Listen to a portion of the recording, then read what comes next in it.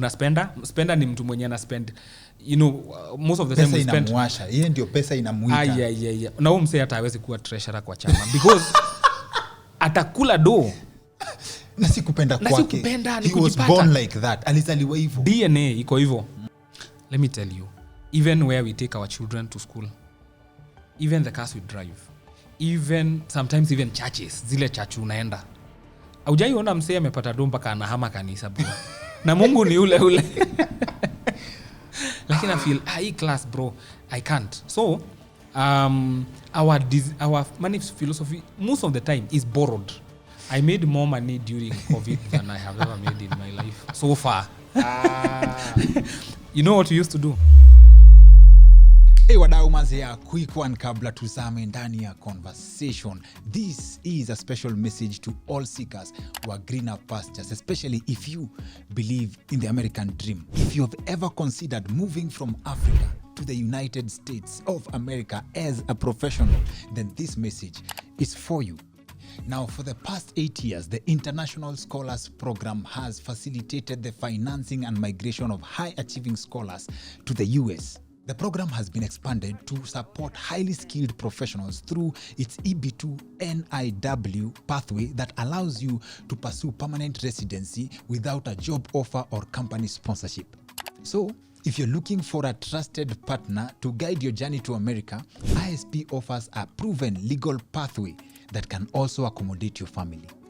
Yes, there's many ways to get to the United States, but ISP has mastered one of the most effective routes to help you relocate with dignity and strategy. Alafu sasa, nani alisema ukienda US lazima uanze from scratch? As a highly skilled professional, ISP's approach is designed to help you transfer your expertise across borders. In simple terms, if you leave Kenya as a professional, you don't have to start over in survival mode jobs as you figure things out. Work with verified professionals, work with a system that understands your value. You can get in touch with ISP using the contact details on your screen. Consider yourself plugged. Hey wadau, by the powers vested in me ya kuchagua good vibes ya kuleta kwa meza hapa, I put it to you that our guest for this episode tulimit sometimes last year, anaitwa John Kamau, but my first impression, and that still remains, nimeanza na kusema by the powers vested in me ya kuchagua good vibes. Our guest for this episode is one of the most brilliant young men I've ever met in this country, in the field ya kuelewa do ni nini, like the whole money system. For the request we've received za ku understand stocks, bonds, and other asset classes other than real estate, I put it to you that nilikuwa nimemark guest wetu wa leo from the first meeting. Nilikutana naye on invitation ya a gentleman anaitwa Philip Mwoki, in links to Arvocap. Arvocap is one of the investment companies in the world, and I believe tutapatia John nafasi ya kutuguzia what they do. So Philip alikuwa ameni-invite, tulikuwa na biashara tofauti, na kwa boardroom nilimark guest wetu wa leo last year manze, and it's finally happening. John Kamau, karibu sana. Thank you very much, and I am happy tumepatana finally. Sana. Nakumbuka tukisema tutapatana tupige hii story vizuri. Kabisa. Now we are here. Kabisa. Nimefurahi sana. Nilitoka hapo nikamark kuna list yenye siweka ya guests. Because mimi job yangu ni kuscout for good vibes pia. So when we spoke and unajua I've immersed myself in the world of understanding money vile ina work from a historical perspective, any perspective, because I want to understand why some people have money, others don't have. True. And you are one of the few people wamenishock na new information and the grasp in yuko nayo ya how the systems work. It was very interesting, and I'm glad we are finally bringing it to the table. Thank you so much. Umaikuja Wojo before?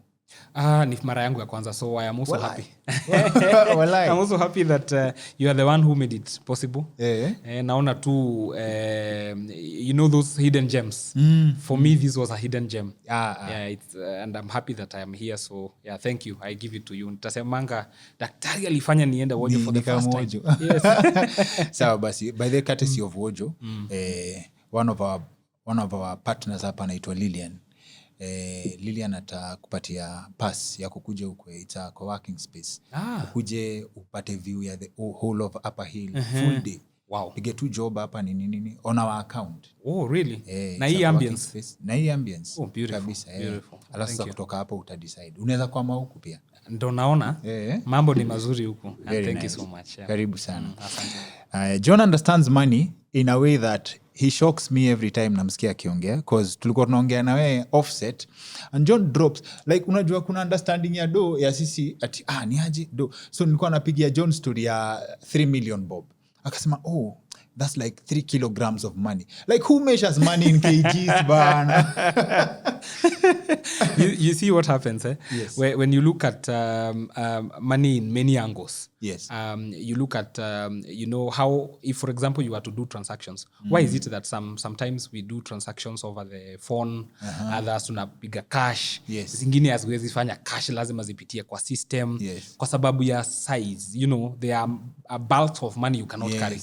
And that's why I came to start measuring money in terms of even volume and weight. Because unaona, kama ulikuwa upige shughuli ya 5 million, first of all, hiyo ni do inaweza toshea wapi? Maybe inaweza toshea tu ka suitcase. So utabeba suitcase kwenda tao. So that's how I started measuring money in terms of even size, in weight. Inaweza toshea wapi?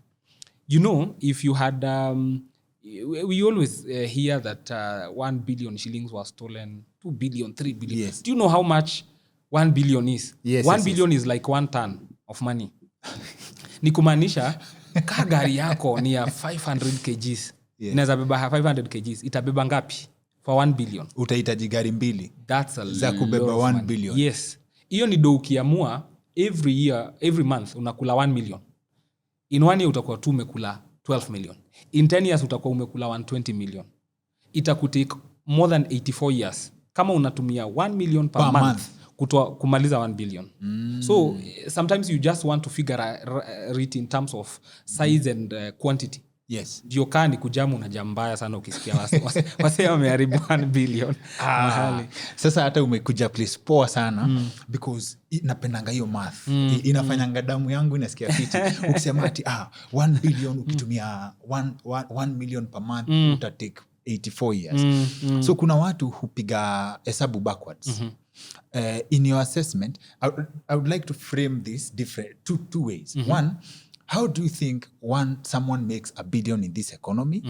Ama, and I think tukiingia kwa these other forms of investment tutaenda kwa, if you would like to make X amount of money, passive income, yenye mi nakulanga 700,000 per month, hiyo ni yangu, investments zangu zaniletea hiyo. So hebu tuanze na the first phase. How does someone make $1 billion in this economy? Let's do the combinations. So one, when you say we are poor or people don't have money, usemange I don't have money. Usituweke hapo. By the way, kwa sababu ujiongelele wewe na at least within your circle. Of course $1 billion is a lot of money. Yes. And we do not want to water down how big $1 billion is. Yes. But there are ways in which people can, of course I have never even made $1 billion in my life. Hata sijaiona na macho yangu. Of course ikiwa yangu, but in investments we have done we deal with billions. Yes. But it's very possible to make gradually to make $1 billion shillings or even more. Tech, for example, innovations. I met a group of very young people the other day at an event inaitwa LinkedIn Local. Those are guys who are in tech and they have innovations. Yes. Then unasikia kidogo there's a partnership between them and Google or between them and another big tech company. And kidogo unasikia wamepatiwa $20 million. Najua $20 million ni ka 2.6 billion. What is 130 times 2? Around 2.6 billion Kenya shillings. Okay. So what I'm saying is depending on what you're doing. Unajua shida yetu ni watu wameguza billions kwetu ni mapoliticians sana. Unasikia tu kuna do fulani ilikuwa embezzled. Yes. Kuna project fulani ilikuwa ya 2 billion. But like nilisikia Professor Kamau akisema shida yetu Kenyans tunakuanga we kama ukikuwa na 10,000 na ukiwa tau unasikia nikaa kuku zinakuongelelea, nikaa zinakujua, unasikia tu kubai kitu fulani mpya. So mtu amepewa project ya 300, 400, 500 million, itamfanyia nini? Itakutesa. Kaa 10k inakumaliza. So there are ways in which you can people make money. I see people make that kind of money, but of course your mind has to have taken you there before your body, and and you get there by yourself. Okay. We also see some family run businesses that have been run for many years. Nakuta guka yako alikuwa na shamba, so akapeleka watoto alikuwa analima na jembe, so and then anawapeleka wana mechanize your farm, and then watoi wanakuja wanajenga factory. So kama mlikuwa mnalima nyanya, the grandchildren are now doing ketchup. They have transformed that business into millions of money in terms of value and output. So $1 billion is a lot of money, but there are ways in which I see people make it, and hopefully one day we also get there. Okay. Yeah. So first of all, you're saying it's possible in this economy. It is. In this Kenya. Very possible. What are some of the, if you can, not to put you on the spot, some of the ideas? Okay, umesema tech, right? Hii wameshika, wamepiga funding. Especially, kuna guest alikam kwa show yetu akasema, if you see Wafula Buke, he's a former student leader, alikuwa ODM politics pia. Yeah. Akasema something, ilichamsha watu. Ati, if you see a young man at 30 years na kona na 50 million, kwa jamaa ameiba hiyo do. That person has stolen. And people came well, kuna watu walikuwa wamejama wanasema, Buddha, what do you mean? You are stuck in old ways. Tuko na pesa. But the same people wako like, tupatie ni opportunities. The majority is manzi government inatufinya. Yeah. So if there are ways that people can make money, of course najua rules za market, and kuna inflation pia, kila mtu akiwa na pesa, but ebu toa take, kuna other ways people are making this money. Yes, there are many other ways. But let me say this, from my interaction with clients and other people that I have interacted with, most of the people who make money in their hundreds of millions and billions are business people. First of all, mshahara ni ngumu sana ikufikisha hapo. Do you know the difference between peanut and groundnut? Groundnut ni njugu. Peanut ni ile mshahara unalipwa. So sometimes before you get to the level in terms of salary in which you can make a lot of money, you either have to invest that money or you take time to graduate into levels in rank. Unless, of course, you are James Moria or Gideon Muriuki or someone else who is at that level where they are making good money, having worked for a good institution. So I have seen businesses in farming. I have seen businesses in trade, in import business. People make a lot of money, but depending on their skill. Someone has a number of hotels, someone has, a line of businesses that they are running, either import business, they are into farming. You will be shocked that there are farmers who make a lot of money. And that's why you see most times, when people make a lot of money, they also go to farming. Either because they want to have it as a hobby, or, something that they can be able to do, build a value chain, and be able to capture markets in Kenya and beyond, and therefore make money in large scale. So you'll be very surprised that even in industries like farming and other areas, let me tell you, in every industry that we have, there are big shots. So kuna big shots kwa farming, kuna big shots kwa media, kuna big shots kwa any kind of business, you name it. And therefore, it's very much possible to make those kinds of money. Of course, very few people would get there because that kind of skill comes with a lot of growth, comes with a lot of need for support system. And exploitation. Exactly. And of course, many other things that you don't know. Many other things. And I think that's where the gap is. Because anytime we share a story, how someone has risen from point A to point B, people always say, there's something you'll not be told. There's something. Yeah. So is this to say that we must admit that making money is not an open book? It is not an open book, but it is also something that can be learned, acquired, trained. One of my favorite books about money is called Psychology of Money by Morgan Housel. And one of the chapters, anasemanga, the part of luck when it comes to making money. Because tell me why. For example, Bill Gates, as one of the wealthiest people we know and we have known for a long time, he was not the only child during that time whose parents would afford a computer. In fact, I read a story of a friend of his who, they had the same upbringing. They were from the same area. They went to the same school. But this boy died at the age of 14, I think, or so. So what that means is, if this boy probably lived, maybe he would have probably have made money like Bill Gates did. But there's a place of luck.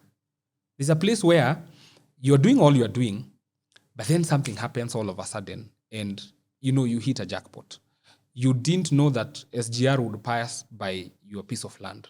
And all of a sudden, you're being compensated in hundreds of millions. So there's a place of luck. But you see, we can't be trading with luck all the time. Luck is when opportunity meets preparedness. So you need to be prepared and you need to do your job. So there are certain elements when it comes to money making that is not an open playbook. Even if you copy word by word, even if you copy step by step, you will not manage to get there. There's so much to unpack from what you just said. SGR, for example, we cannot trade by luck all the time. Yes. Let's use that example because it's also very practical. Around this SGR, there are people who did not know that SGR will pass by. Yes. But there are people who know SGR inaenda kukuja hapa. Wananunua. Okay?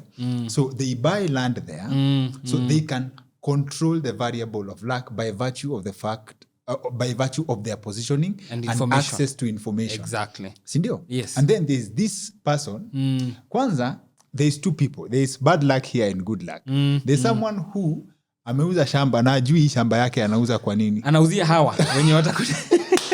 Wenye watakuja kuwagonga. Hao anajua. Yeah. Unauza 300,000. Yes. Unajiambia hapa umewagonga. Umegonga, umetengeneza. Alafu unasikia na compensatiwa 30 million. Yes. So, is it luck? Is it information or positioning?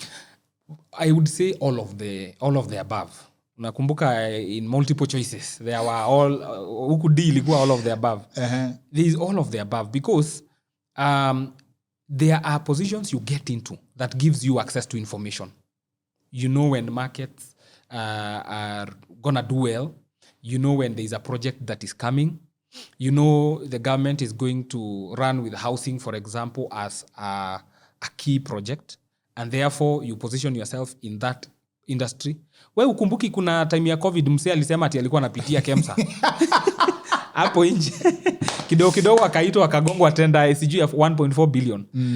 You see, that's someone who knew. They have access to information. Kwani watu wangapi walipita hapo nje na hawakuitwa. So there is access to information. There is power and privilege that you have a certain position and therefore you can access certain information. But there are people who would get this by sheer luck. You are in business or you are doing something, then all of a sudden that theme hits and before you realize you are making it in life. And we have seen it in our country even. And I would probably give an example of, I'm trying to look for a good example of someone who was ordinarily in their business. Then you find something happens and they become famous or they get business or they are known and therefore hiyo mlango inafunguka hivyo wanaomoka. So there's the bit about preparedness. And as the good book tells us, to man belongs plans. So you have to keep planning. You have to keep doing what you're doing. You have to keep showing up. You have to keep giving your best. And then a man who definitely is on the way will definitely meet what he has been looking for. So there is a way you can corner luck. Useme juu ya information, juu ya kukuwa na privilege fulani, umepata access na imekupatia hiyo opportunity. But most of the time, because of probably where you are, you can only do your best and then maybe hope that one of these fine days itajipa. So this feels like we are qualifying the idea that success to a great extent has nothing to do with you. wild success. Yes. It doesn't have anything to do with how good you are. There's an idea we were exploring. There are people who have jobs, yenye mtu probably they have grown to earning $1 million shillings or 2 million shillings per month. You understand? But they can only exist there. Yes. They can only succeed there. If they move, first of all, there's no guarantee that they would get another job. And if they were to be fired, and there's no guarantee that they can replicate that success elsewhere. Alafu, there's also this part of, so now, luck has a lot to do with the positioning you find yourself. So it's not how good you are as a trader, it is the positioning that finds you that information. Yeah. I would say both options. Because let me also say, this guy who is good at what he is doing, even you, when you're looking for someone to do something for you, you don't go for someone just for the sake that I need a graphic designer, that I need someone to do 1 or 2. You look for the best. So first of all, that best has placed them at a place of access to opportunities.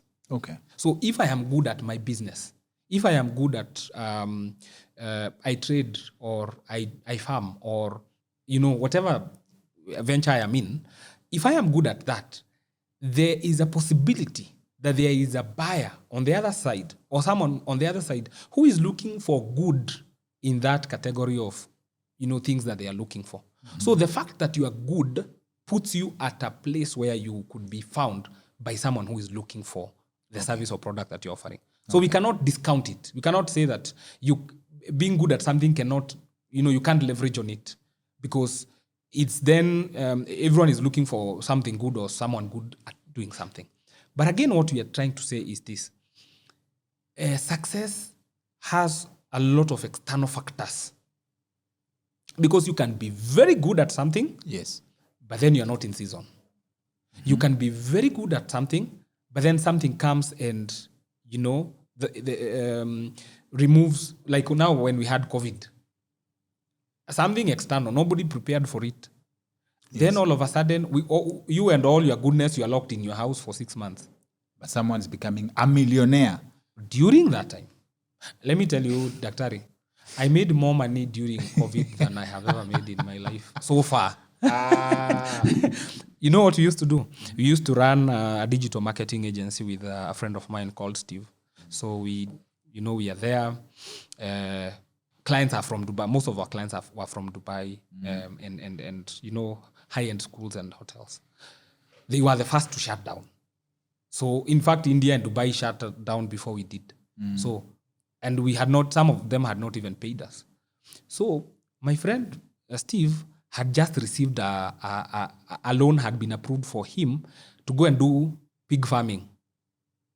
Now, COVID has shut down everything. What are you doing with the money? So he agreed with Steve. There's a friend of ours who manufactures nanoven bags. And these masks, they look like they are made from nanoven bags. So why don't we do this? Why don't we go and look for Ngaruya? He could be making masks. We go there only to find that he started making them yesterday. So we were the first in line. We booked a whole, I think for 3 million or something. Before we left the gate, phone calls had come because we post them on GG and on our statuses, and we got orders. I think our biggest order was from a media, one of the leading media companies.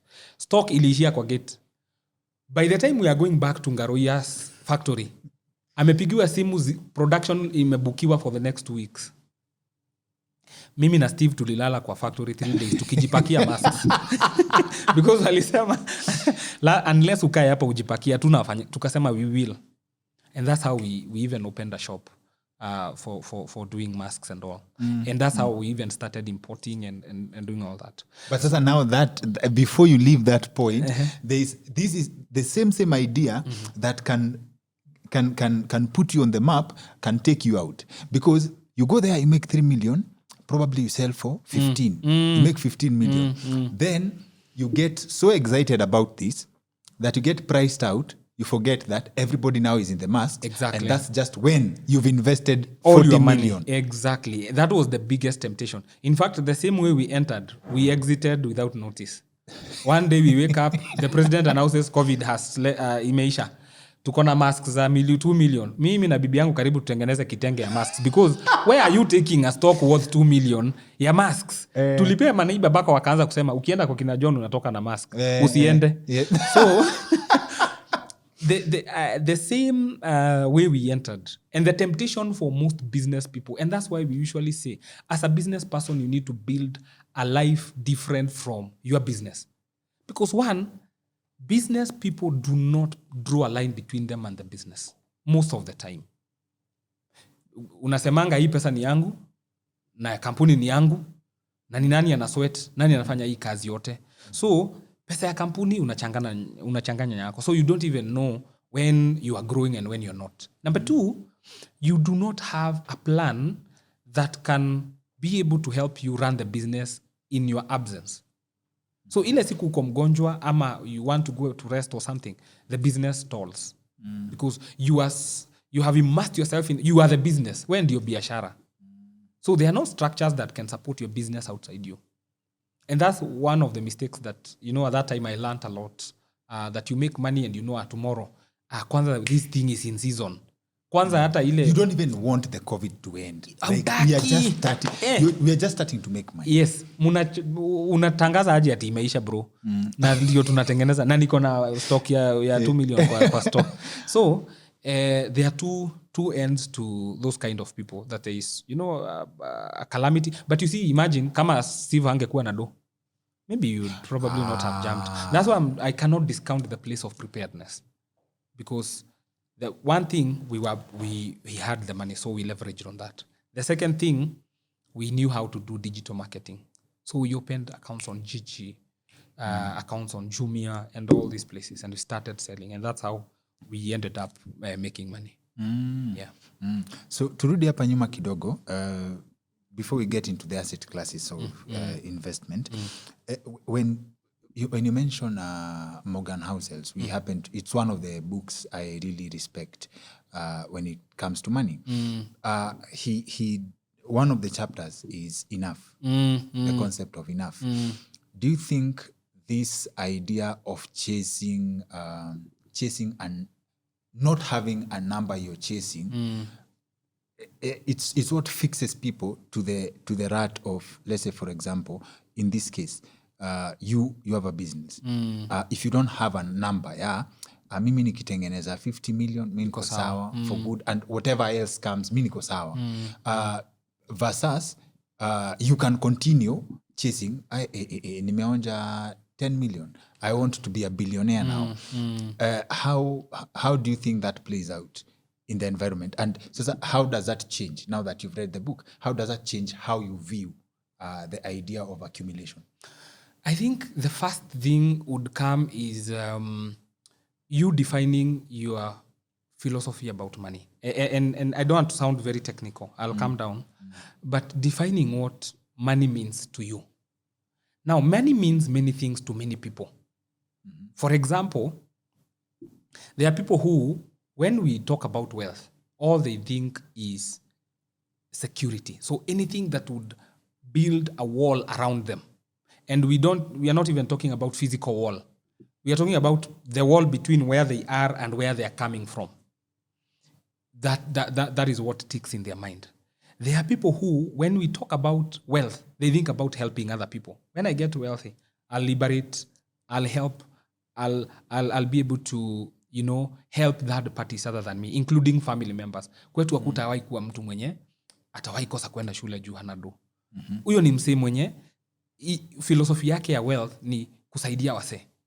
Kuna msee mwingine ali grow up na scarcity mentality as an example. So anataka kushow off. I don't know whether you have ever found someone who, they are all they look very flashy, and you're wondering what is the problem. It is their philosophy of wealth. To them, wealth means I need to seek validation. I need to be validated. I need to be respected by who I am and what I own. So, and most of the time, your philosophy of money is borrowed. Yes. Because, one, we think we usually make money decisions in isolation. We don't. So do you know why you live where you are? Because probably your friends. Mabeshte wako. That is okay. So sio wewe ni hiyo association yenye uko nayo. Do you know that's very factual because the place I live, I went there for the first time in 2013 and I said I have to live there. Let me tell you, even where we take our children to school, even the cars we drive, even sometimes even churches, zile church unaenda. Haujaiona msee amepata do mpaka anahama kanisa bro. Na Mungu ni ule. Lakini I feel hii class bro, I can't. So our money philosophy most of the time is borrowed, is not your original. And that's why the goal keeps changing. That's why the concept of enough is not inherent. Because there is always, I have attained this goal, so I need to, I can see the horizon. I need to go. And what are you doing? You are not using your own definition of, you have not defined what money means to you. One of our comedian friends alikuwa anaingia stage, anasalimia watu Churchill show. Alafu anasalimia Kadem. Alafu anaambia ingekuwa December ungenitambua. Bas. That summarizes it. That summarizes it. So our philosophy of money is borrowed. Most of the time, I can tell you for sure. You have not sat down and said, by the way, this is the concept of enough for me. I think if I am able to earn this much, I am able to do 1, 2, 3, and 4. Because the value of money is not in accumulation. The value of money is in what it can do for you. Utility. And therefore, you need to define it and say, I think this is what money means for me. And that's why people who have acquired money using dubious and bad means, they never get enough. Because there is always, you'd think someone would steal 1 billion or they would do something and get money all of a sudden and say, I am not doing that anymore. Because to them, they have unlocked a level. And that level, it requires it to be sustained until you hit the next level when it comes to, that kind of money. So, hii hata sio ya matajiri. Usifikiria ati kudefine money philosophy ni ya wasee wako na do. Because, there are 5 major money personalities. Kuna wasee ni spenders. Mi ni spender, by the way. Mi na do ni kama ni kama Mluya na yogurt kwa nyumba. na kuku. I have very many Mluya friends. I'm just using an example. That's a good example. Yes. Hatuwezi ishi place moja. Now bibi yangu anakuanga saver. Bibi yangu mnaweza kula ugali na machungwa kama akona 200,000 kwa M-Pesa. So unaweza imagine ile conflict tulikuwa nayo the first year. Hiyo tuko pale, mimi nashangaa ati tusinunue 53-inch screen. Yes. Ati nisi upgrade simu. What do you mean? We are still working. And Hash is thinking, we have a project, we have 1 or 2 and 3 things that we need to do. So, kuna savers. Msee mwenye hakai ile do yenye yako nayo. So, spenders na savers. Kuna spender. Spender ni mtu mwenye ana spend. Most of the time we spend. Pesa inamuasha. Yeye ndio pesa inamuita. Yeah. Na huyo msee hata hawezi kuwa treasurer kwa chama. Because atakula do. Na sikupenda kwake. He was born like that. Alizaliwa hivyo. DNA iko hivyo. So huyu msee asipojijua atatumia pesa ya school fees probably kwenda holiday or something like that. Yes. So huyu ni msee spender. Number 2, spenders wanakuanga validated na kuspend. So kaa tuko na maboys, yeye ndio anataka kulipa bill. It validates them. Anasikia fit. Anasikia fit. Mimi ndio nilipa. Kwanza kusema Dr. Kingori ndio analipanga bills. Msijali. Hiyo kitu bana inaweza fanya hata akope. Ndio awafurahishe. So huyo ni msee anaitwa spender. Then we have savers. Savers don't save because they have a good reason for saving. They are just avoiding to spend. Msee alinipigia story fulani ati alihamia somewhere along Wayakiwe. Kuna mzee fulani alikuanga hapo kwa gate. So every end month alikuwa anambuy shopping only to discover huyo ndo landlord. Msee hata akaido, the amount of money is making. Na hata kukataza. Hawezi. We lete tu. Tuendelee. So there are people who even savers ni wase mwenye wanajajingi watu sana. umse amevaa wigi ya 10k. What do you mean? Mi siwezi endesha, you know, because they are feeling I would not have spent that money if it were me. Na ni wase wenye hata by the way hata wa invest anataka kuona do yake ikiwa cash ama mahali anaweza fungua ionange hapo. Na you know it's their making. Yes. Kuna wase wanakuanga gamblers. Number 3. Yes. Gambler ni mse mwenye ni wa madeal. Unashaisikia mse ya na ngoja deal even risk taker. Ni mse hataki do kidogo. Anataka do ikiwa mob. So a hit deal today anaweza kuwapigisha masherehe, kesho anakuomba 200. Because to them the thrill is in making huge money. These guys are very impatient because they are not patient to see, you know, a business grow or that salary increment over time. This is different from a spender. This is different. Yeah, relationship yake na money is thriller. Yeah, ni mse atengeneze do aruke kwa the next opportunity and ata make do mob. Then kuna mse ni avoider. Avoiders ni mse hata apendi kubudget, apendi kufikiria about either shida ama opportunities za do. Yeni si next month iko. So let's not talk about money. Let's move, let's do life. Nimse na labda pengine, you know, if you look at the history or where we are coming, if you look, there is a trigger. Maybe there is a trigger as to why they don't like thinking about money or thinking about planning. These are guys who don't even like planning. They just know the money is coming. Then there is a person who is called a money maker. Money maker ni mse mwenye ako job, ameajiriwa, bara kona handbag yenye anabebanga kubwa, juu anauza vikombe za mugs. Jioni akona job ya usiku, weekend akona gigs, Sunday ndio ana supply vitu kwa watoto Sunday school. Ako everywhere. Umse apumzikangi. Umse anaweza compromise health because hapumziki, number 1. Umse anaweza compromise values. Jua uweze simama between him and money. So anaweza bribe. You know, as long as there is an opportunity to make money, they will jump right into it. These guys don't know enough. And he's different from the gambler. Very different. Because for them, it's not even about the amount of money. It's about the activity that is generating the money. In. Yes.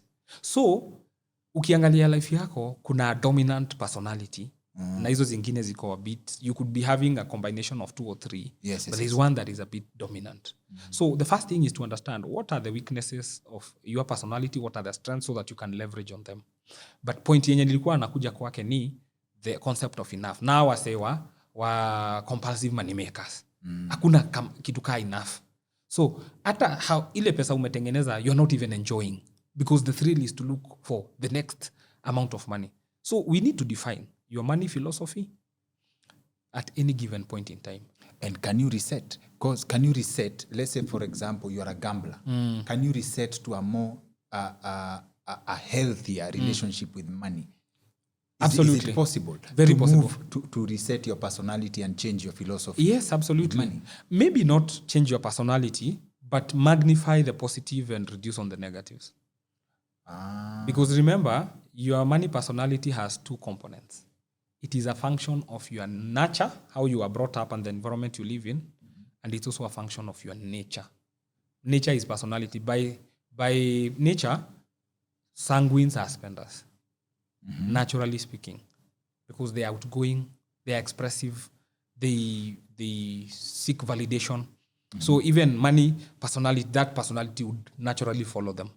So mi venye nilijua hivyo, number 1 nimeautomate expenses zangu. Yes. Ndio do ikiingia. Unaona venye mshahara ikujangi alafu ndio unasema nilipe tax ama nisilipe. Nilipe SHA ama nisilipe. Nilipe PAYE ama nisilipe. Inakatanga huko juu unajua hautalipa. Left alone hii gava inaenda chini because hawatapata watu wa kuwalipa voluntarily. It's the same. So for me, most of them nimeautomate. Ikigonga hivi rent, ikigonga hivi inaenda school fees. Juu najua hata ya entertainment. If left to your own devices, hata rent hautalipa, and it's not like you don't have the money. It's not like I don't have the money. Money will just look for a way. You know, you will say pesa inajitafutianga kazi. So for spenders most of the time pesa inajitafutia kazi because haujaiassign. So like when I knew that I try to automate as much as possible. Of course, hapa na pale inanipiga chenga kiasi, but at least I know my weakness and I'm able to leverage on it. So it is very possible if you check on the negatives of your personality, be able to rework and know this is my weakness, so this is what I need to do. Yeah. Aya. So there's something else ulisema, uliweka hapa juu. Yeah, when you get a certain amount of money, it's very easy hiyo pesa ikuongeleshe. So you have to get there money-wise in your mind before you get the physical money or the wealth acquisition. I read somewhere inaitwa your money thermometer. Yes. You adjust to a certain level of money. Kuna mtu sahi ukimpatia 1,000 as our friend Kimani Ngonjiri honorable former MP wa Bahati anasemanga kuna mtu hawezi lala kwa nyumba moja na thao. Hawezi? Hawezi. Hiyo ni pesa mob sana. Na kuna mtu ukimpiga 500 million hautajua. Hawezi. Hautajua. By the way, it's true. So how do you build now the mindset that pesa haiwezi kushtua? Let me say this. Life comes in seasons and in sizes. That means at any given point in time, you are at a certain season. Yes. And you are at a certain size. Size to mean there is what you can afford. There is what there are things you be able to do comfortably. Kuna siku ulikuwa unashtuka utapata lunch aje. Yes. Ama rent na man talipa rent aje. Fair nini. Yes. Kidogo umepanda. Yes. You do never think about rent, for example. You never think about school fees because you have more money and you have more disposable income more than the expenses that you have. Yes. So you need to adjust your size as you grow. Life comes in seasons and in sizes. So the season that you are in and the size that you are in, there are things you can afford there. That's why when you know your season and your size, hauleti vitu hawezi afford sahi. Because hii level yako iko hapa. Ndio maana unapatanga wase wanaishi na madeni. Na most debt is consumption debt. Most debt is consumption debt. Mse ana borrow anunue simu. Ana borrow aende holiday. Ana borrow alipe school fees. And with all due respect, sisi tulisomeshwa na HELB, so yes. Tulisomeshwa na pesa ya loan. But what I'm saying is, you know your level does not allow you to take your children to a certain level of school. But you'd rather compromise and compromise many other things and do something that is not in your level. So you need to understand what level I am in right now. That is number one. Number two, as you keep rising, you also adjust your mindset to fit within that level. So either you look for, a coach, not a coach per se, but associations. At that level, you need information that can be able to help you to sustain it. This is what I mean. When you are unwell, and you don't have money, probably you can self-medicate. Kitambo tulikuwa tunaumwa na tumbo, unachanganya maji, sukari na chumvi, unagonga. Maybe at some point you can afford to go to a chemist and buy some medicine. Then you can afford to work in a hospital. I'm just giving an example of health to show that there is a strata as well. Na kuna mse immediately tumbo ikiuma hivi anaenda kuona specialist. I'm not saying it's a bad thing, but I'm saying level inakuallow to do some things at that level. Your life allows you to do some things at that level. So let me know if this example also complements what you've said. We also had Njugushu on the show akasema at some point in his life how money affects ikitu. Ulikuwa unaenda kukula githeri uko sawa hata ijakarangwa. So and then mtu anakulipa deni yako unaona 3,500 imeingia. So hii kwanza kama ulikuwa nayo unatema kwanza inaonja mwarobaini inakuwa kama kokoto. So you look at it. So that's what money does to you. Exactly. So the difference is kama money comes na ulikuwa umepanga kula githeri, you just continue with what ulikuwa unaendelea nao bila kushtuka.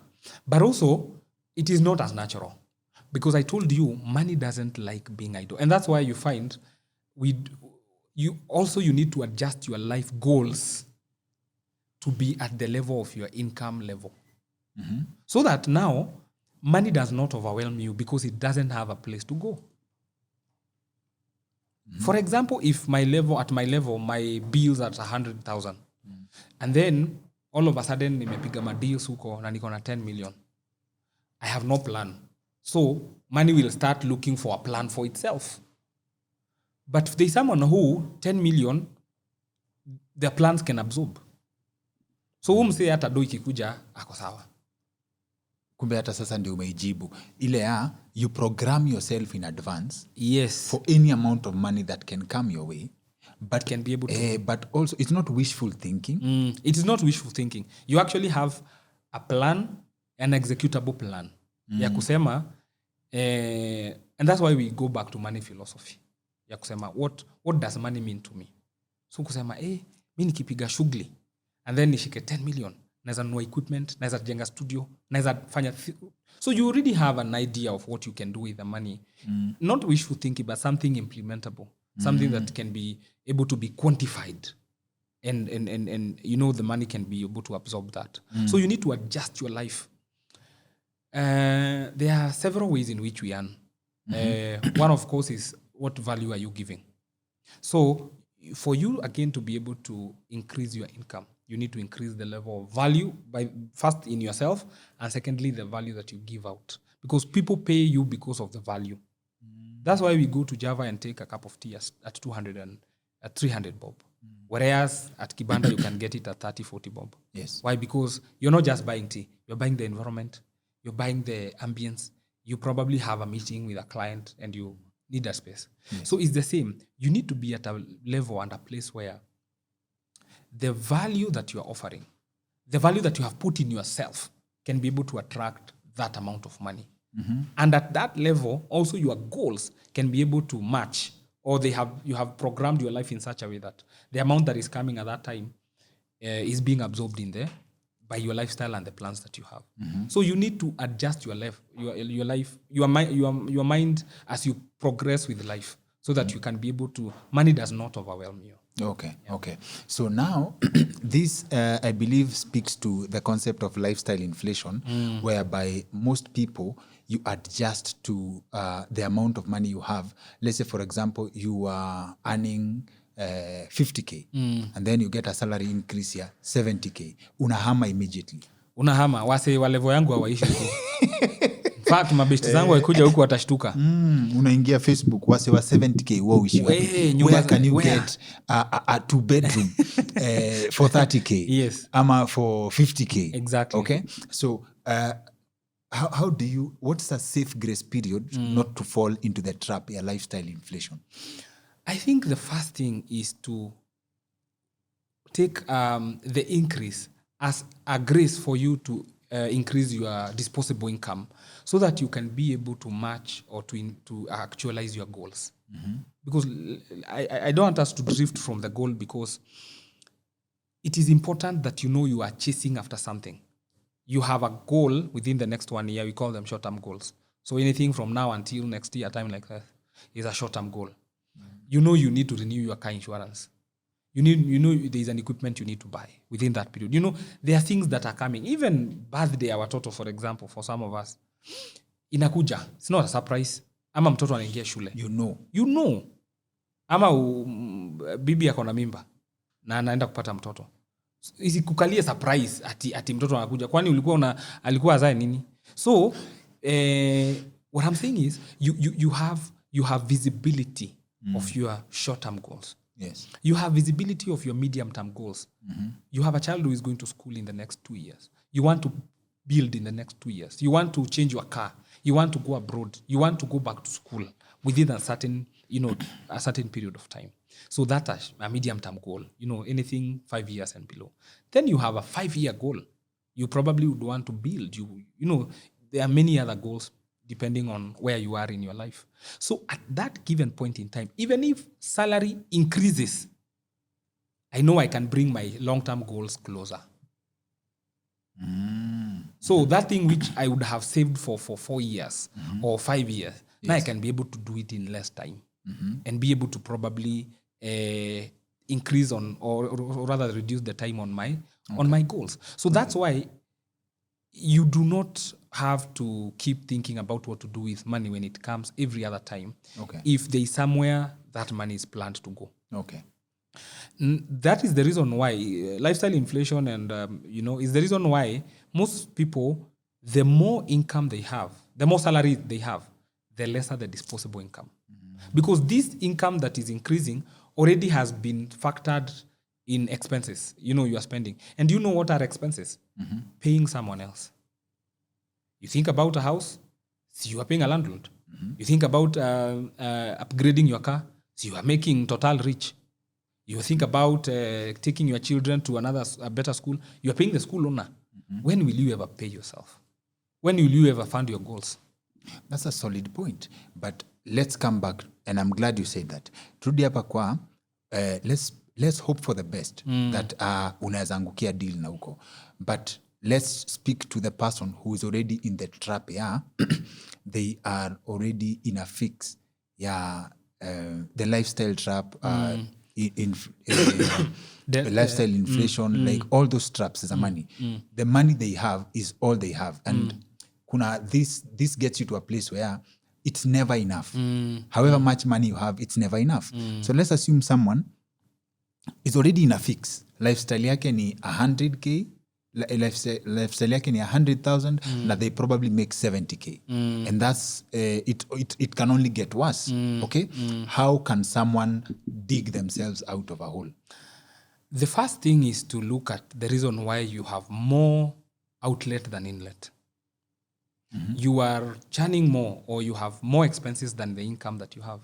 And you realize if there was no calamity, for example, because calamities happen, a sickness would happen, and, it takes you down, or a business collapse, or a case, or something like that, then it boils down to behavior.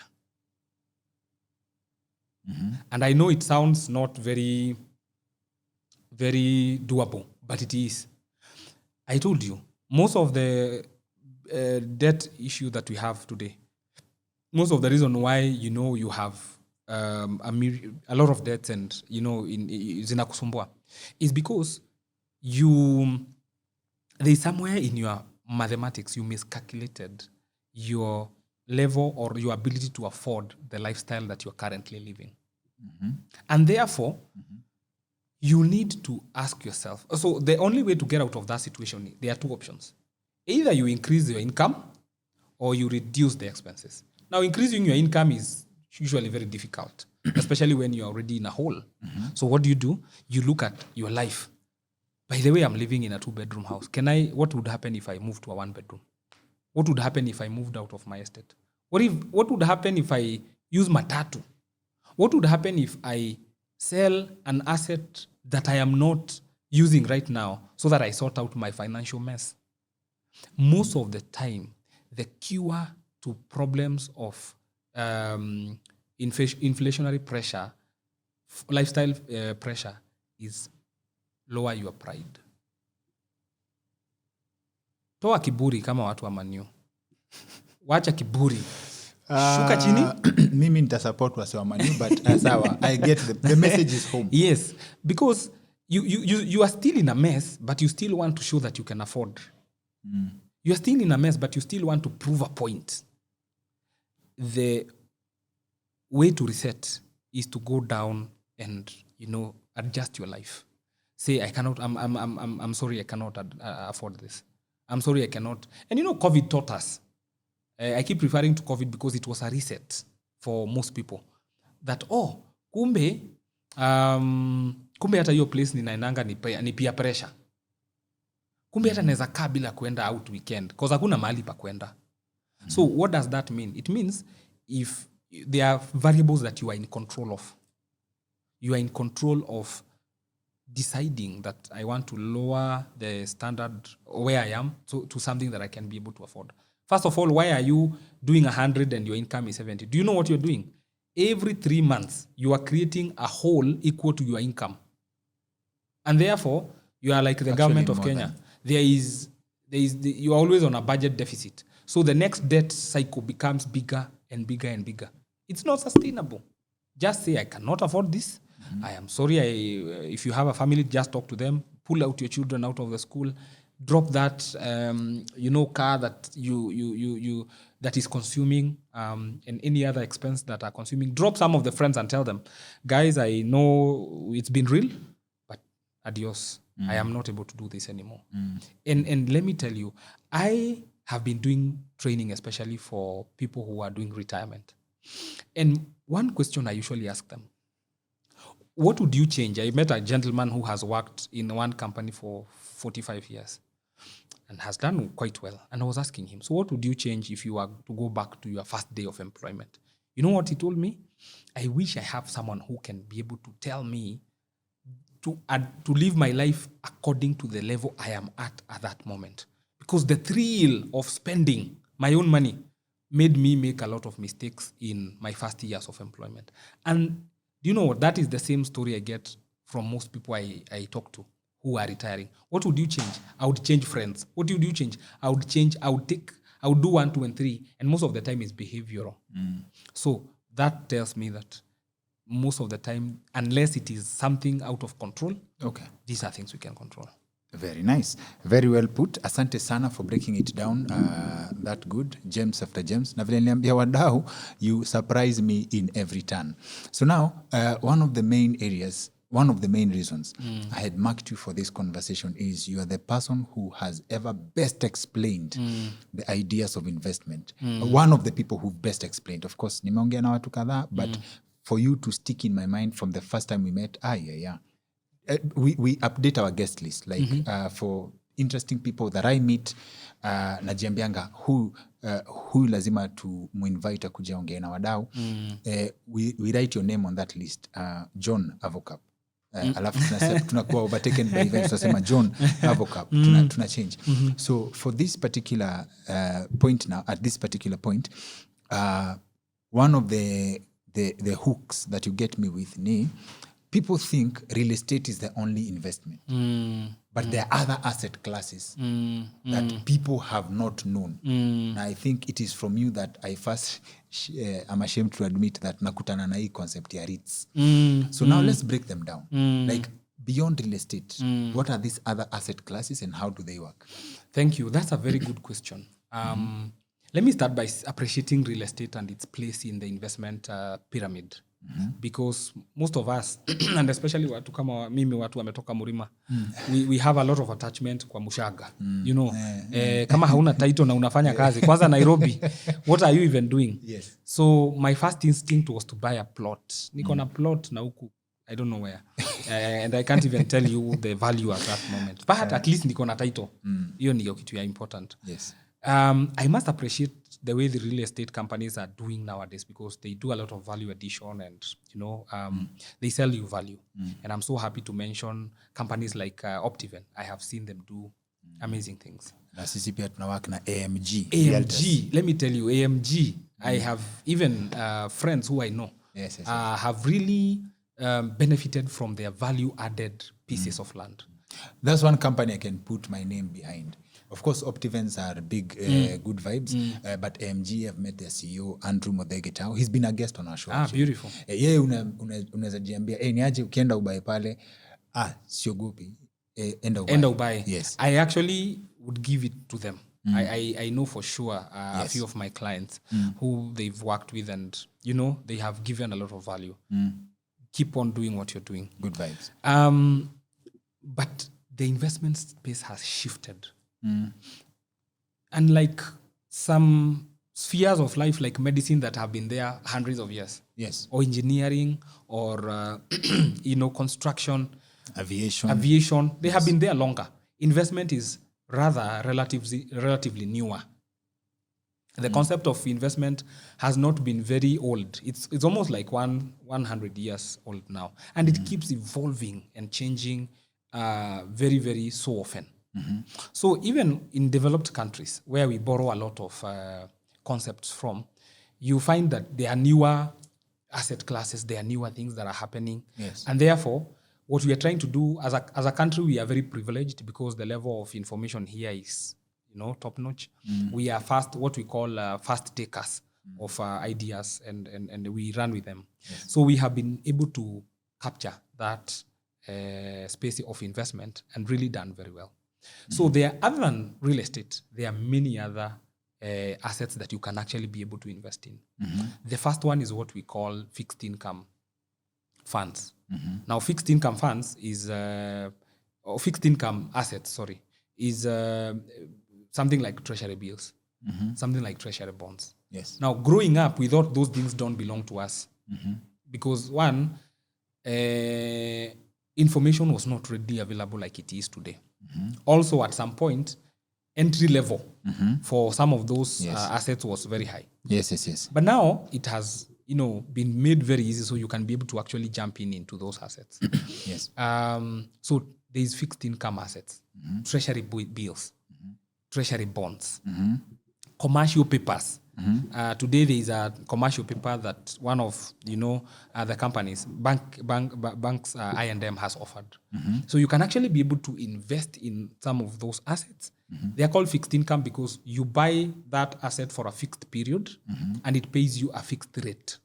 If, for example, you buy a government bond at 12% and you are investing 1 million and assuming it's IFB, which is tax-free, then you'll be getting 120,000 every year, and usually the government pays after every 6 months. So for the time of that bond, say if it's 10 years, you earn a fixed income. So someone who is looking for income, for example, may not necessarily go for land. Someone who is looking for an asset that they can quickly turn into cash, or as and when they need, they may find this asset like a bond a more viable option for them. So we have fixed income assets. Sawa. So vile mentioned, we hear bills, we hear bonds. Some people think those are the same things. And then commercial papers. Yes. So you please just give us a highlight of what these are and what they do. Because someone would ask, if I'm giving you 100K for you to give me 120, where are you getting the 20? Okay. I get it. Now, I start by saying, the government has several ways of collecting revenue. Yes. So the first one, of course, is taxes. Na because budget ya gava inakuanga kubwa kuliko the amount wenye wako nazo. They live beyond their means. They live na even, every time. Na sisi we are not any different. Si tumesema kuna watu wako kwa trap. Yes. Ni juu ya hiyo. Mtu ana spend pesa ya kesho. Yes. So usikue kama gava. So the government always has more expenses than the money. So the first source of revenue, taxes. The next biggest source of revenue, debt. So they have to keep borrowing. So where do they borrow? So the government borrows either locally or in the international market. When government borrows locally, they issue something we call treasury bills and treasury bonds. So mi ni gava, sina do. Nawambia bro, niko na shida ya 100 million. Kuna hii promissory na kupromise nitakulipa. Unataka ujue nitakulipa shika hii kitu. Nipe hiyo 100 million, mimi nitakuwa nakulipa at 12% per annum. Yes. And then nikimaliza 10 years nitakurudishia do yako. Because the government knows it will continue collecting money from taxes and the other sources that it has. So that's how the government borrows locally. Of course, in the international markets, the government could either issue sometimes we need money in dollars. Due to borrow Chinese. Na Chinese hatuwezi walipa na Kenya shillings maybe. So what do we do? Hatuna dollars maybe at that time. Tunaenda London, tuna issue Eurobond, ndio tulipwe na dollars, ndio tulipe our dollar obligations. So that's what a Eurobond is. It's basically a dollar denominated bond issued in the international market. So difference between treasury bill na treasury bonds, treasury bill ni short term loan. Mostly inakuanga 3 months, 6 months ama 1 year. So unapea gavado, inakwambia nitakurudishia 3 months na 9%, 8% per annum. Ama in 6 months, ama in 1 year. Treasury bonds are longer. Inaweza toka from 2 years, kuna zingine hata ziko 40 years. Sa hizi by the way, kuna bond gava inalipa za time ya Moi. Because it was a long term bond. Yes. So that is you don't make any money for the 40 years. No. You will be making money. What the government does, when you invest in a treasury bill, utapewa do yako na interest at the end of the period. So hautakuwa unapata hizo regular. Yes. Hiyo ni treasury bill. Yes. But ukinunua treasury bond, every 6 months gava itakuwa inakulipa interest. The interest. Yes. So for example, you invest 1 million kwa bond ya 12% per annum. Let's assume hata hakuna tax withholding. So hiyo ni 120k per year. So gava inalipanga after every 6 months. So every 6 months 60k. Every 6 months continue like that. If bond ni ya 10 years until 10 years, then ikurudishia 1 million yako. Okay. So that is how a treasury bond works. Commercial papers ni bond yenye inakuwa issued na companies. Okay. So for example, si uko na studio. Yes. Unataka kujenga, kuexpand or something na hauna capital. Yes. So unasema ninataka kuboro ido na inaboro ido ninalipa at 12%. So ninahitaji 10 million. So msee ako na 100k analeta, msee ako na 200k analeta, msee ako na 500k analeta. The guarantee yenye uko nayo ni uko na assets zenye zinaweza support ido, na ukishindwa tutaku auction na tukurudishe hapo nyuma ya ID hiyo village. Yes. So that's what companies do when they want to expand. When they have a project, they can raise a commercial paper na waseme hii commercial paper tunalipana at 12%. Nimeona I&M Bank wako na commercial paper wana issue. So they need some amount of money for something. So people give the money and then they will give you, I think after 5 years, but every 6 months you have something that is coming. So that's the difference between treasury bills and treasury bonds. Very well explained. And those are, now that's a class inaitwa fixed income assets. Fixed income assets. Yes. Then kuna asset fulani inaitwa equities ama shares. Now sahi the concept of shares is not newer than it used to be a few years ago. Yes. Basically share ni kuown a portion of a company. So na ni kampuni gani zinauzanga shares? So ni zile ziko listed, publicly listed. Na hapo kwa fixed income assets I'm assuming kina money market pia zinaingia hapo. Money market, so hizo zinaitwa funds. I'll come there. Okay. Sawa. Money market ni funds. Okay. I'll come there. Equities ni jina ingine ya stocks na ni jina ingine ya shares. Okay. So unaweza buy share ya Safaricom. Na mimi naambianga wase, una bank na unatumia bank, unatumia telecommunications company, maybe hata uko kwa social media unatumia WhatsApp, you use Instagram, you use Facebook, you use una swipe vizuri kadi, Visa, Mastercard, nini. Hawa wase wanatengeneza pesa. So don't just pay these guys, also make money out of them. Make sure that you are taking a share. Unakunywanga tu soda ya Coke, you are just making the shareholders rich. And you can be one of them. So stocks or shares is owning a portion in a company.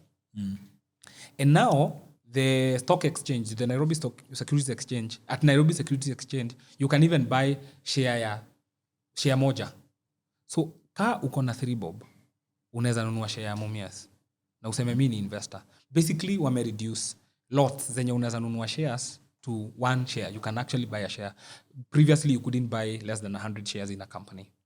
So they are making it accessible.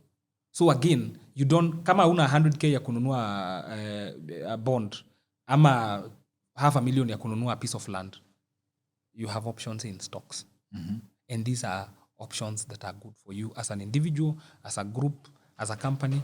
You can be able to invest there. Then kuna assets zingine zinaitwa we may not be trading them in our market as we speak, but they are called derivatives.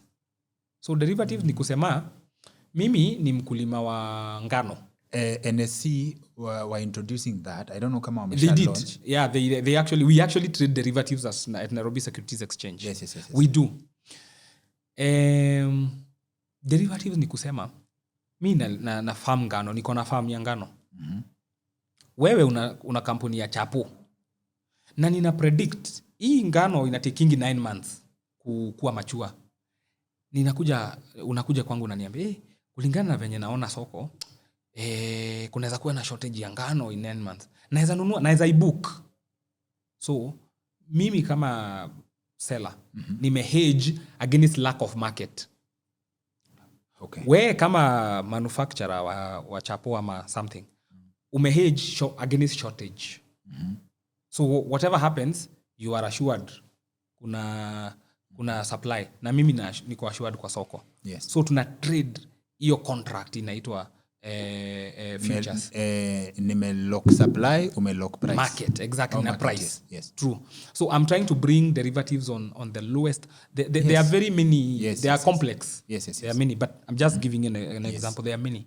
Yes. So people trade those kind of assets. Kuna assets mingi. If you go to global markets, they securitize we even do securitization, for example. The other day you had tulichukua loan ya I don't know whether ni IMF ama ni World Bank na tukai-securitize na fuel levy. I wanted to actually bring that up kwa hiyo securitization kwa ati I learned that the government, when the government is borrowing, si ati wanaekeleanga airport peke yake. No. Wanaekeleanga hata do hawajachukua bado. They would introduce a 8% on something, alafu that's what they borrow with. Exactly. Hata kwa housing levy, yes. They can borrow money based against. Yes. Wanaenda kwa kampuni wanaiambia every month tuna collect 1 billion. From watu housing levy. Yes. So nyi tupatieni 300 billion. Hii ina come. Yes. The same case with fuel, because whether we kidney or we ndikni, people will steal fuel. So wewe ukipatiwa promise na fuel, unajua hiyo ni income iko sawa. So there are concessions. You are able to do that. Yes. So in developed countries, what they do now, the securitization is so common. With very many assets. Yes. People even securitize salaries. People securitize. There are many things in those places. We are catching up here. But what I am trying to point out as a picture is there are many options other than pieces, other than real estate. There are modern ways of investing. Let me mention something you had mentioned called funds. Now, what funds do, they simplify your investments in those assets we are talking about. Because sahi, gava ina auctioning bond once or twice a month. Where you are busy, hata ujui ni siku gani ina auction. So, kuna wase wako licensed na CMA na gava kufanya investment. Ndio kazi yao. Kama sisi as Arvocap Asset Managers, that's our job. We have been licensed. We have the expertise. We have the data. We have the team. CMA ni Capital Markets Authority. Capital Markets Authority. Yes. So, you definitely know when there is a bond auction. You definitely know it's an earning season for stocks. So it's a good time to buy this stock and not buy this other stock. Sahi tumeleverage na vita ya Iran mbaya sana. Tumetengeneza do. Aje sasa. Nasema hakuna disaster inaenda hivyo. Acha nikwambie. Tunaomba sana vita ishe. Lakini kabla ishe tunaimilk. Juu kwani hizo bunduki wanatumia hazijanunuliwa? What the hell? Kwani jana I see a quote ya Henry Ford. Nilikuwa naiona ilikuwa kwa movie ama kwa documentary. Show me a war, show me ni documentary. Show me who profits from a war and I'll show you how to stop it. Yes. Now, endelea. Time ya COVID tulitengena almost everything came to a standstill. But hapo ndio watu walijulia Zoom. Watu hawakuwa wanajua Zoom before. Zoom ilikuwa tu. Hawakuwa wanajua but ilikuwa but hawaijui. In fact, Google Meet. You know, we used to go to the office until sasa tukaanza kuambiwa no going to office. So you have to devise ways of meeting. So Zoom stocks zili rise. Companies, the pharmaceuticals, akina Johnson & Johnson, CG, AstraZeneca and the rest. They made a lot of money. Gaming companies, because wase walikuwa indoors, walitengeneza do sana. So while the world was devastated, there are people who still made money. So you study the patterns. You study the pattern. Unajua hii blanda inaenda kuleta pesa pale. Hapa to invest kwa stocks za energy. Juu mafuta na gas zinapanda mbaya sana. We have one fund called the Global Equity Special Fund. In 3 weeks we had done 15%. Okay. It's a dollar fund. It's not a Kenya shillings fund. Let's unguilt it. Yeah. Unaweza kuwa hapa unaenda SDA lakini wewe ndio umefundiran wao. Unajua let's unguilt it. Unfortunately, whether or not you do it, it will be done. Unajua tulikuwa again we had a guest on the show. Ndura Orengi. Nilimuuliza whether there is clean money and dirty money. Akaniambia sometimes unaona mtu mna shame mtu, that guy is a drug dealer. Ule mtu sijui amefanya nini, and when you get in trouble you borrow money from him. Of course. So now are we trying to say pia kiukweli and these things zinaweza kukuchanganya akili sana. Hapa hakuna morality. Wacha nikwambie, when it comes to investments, yes, unaangalia where you make money, or rather how you benefit, how you exploit the opportunity. Yes. I'm trying to use a diplomatic word. Yes. Because at the end of the day, there is an opportunity. That's our world. Unfortunately. And therefore, we kama unaendanga binguni straight ama kama umeinama, as long as there is an opportunity, take advantage. Hauibi mtu. You are not doing anything unlawful. You're just exploiting that because it's an opportunity. Unajua sometimes daktari tunaombanga Mungu atupe do. God cannot drop money from heaven.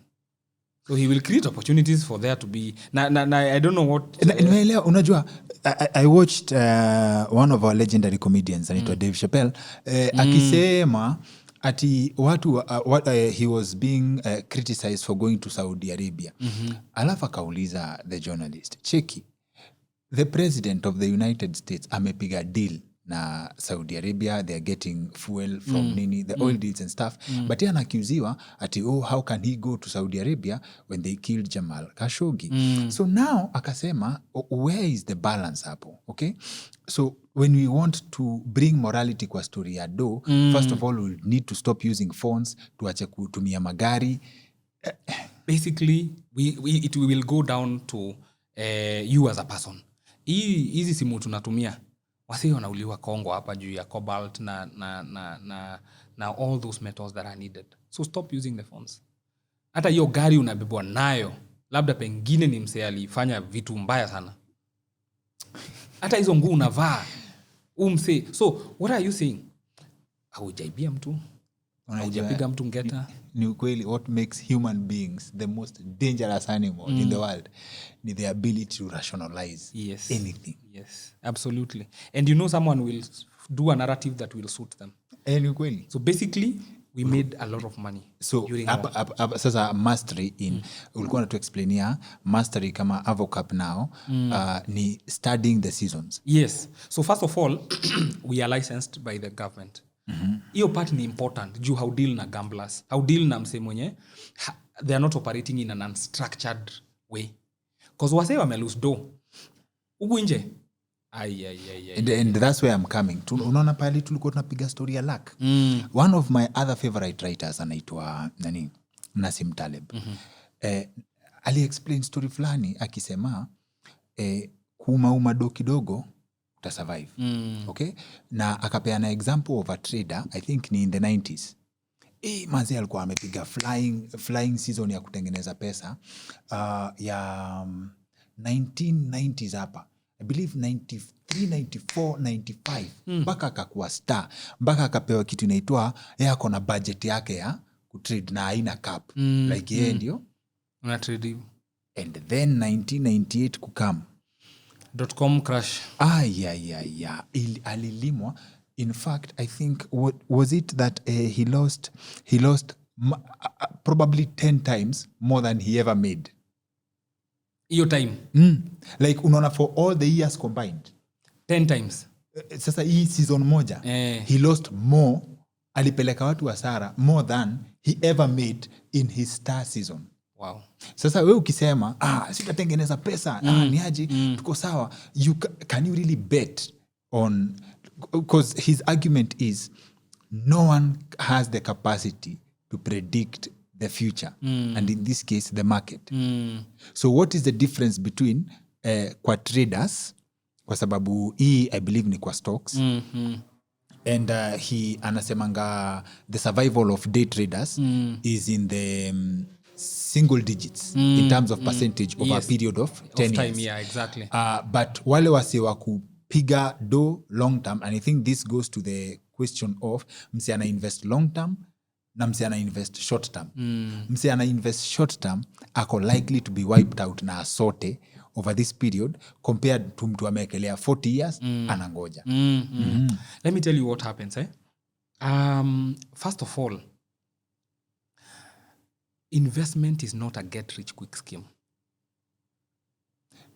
Rudia hiyo tena alafu explain. Investment is not a get rich quick scheme. Ati sasa unaanza kuinvest, when you invest leo na kesho unataka kukua kaa Aliko Dangote or someone who you think or deem successful. Uongo. Not in this world. And easy come, easy go.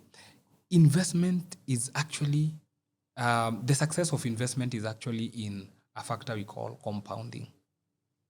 Now, compounding is favored by time. That's true. So you need to do it consistently over a period of time for you to be able to make that money. I think I was reading a book that was talking about Warren Buffett. He started investing at the age of 11. I think he made his first billion by 54, 55, $1 billion. In fact, inasemekana most of his wealth imekuja after 50. After 55, 56, it kakua marathon until he has never not be, he's still a billionaire. Why? Because the years are now in their fullness. And now that compounding has matured and made him who he is. Still lives in the same house he bought. Still lives in the same, he never inflated the lifestyle. But what I'm saying is this. The reason why most people would not be patient because of the attitude they get into when they are getting to become investors. You want to get in there. You want to cheat the market. You know what the traders do? I want to make today. I want what I can be able to make today. Take advantage. You see, the only way to eliminate risk is not to trade. We can't eliminate risk. So what we do is to reduce or to manage risks. And that is one of the things that fund managers do well. We manage risks. In fact, I would flip it. Yes, you're right. I would flip it and tell you the core business of fund managers, or let me say the core business of Arvocap, is to manage risks. Because when we manage risks well, when opportunities come, we are able to jump. And now I'll ask you another question. The survival rate of risk managers is higher in percentage than of day traders.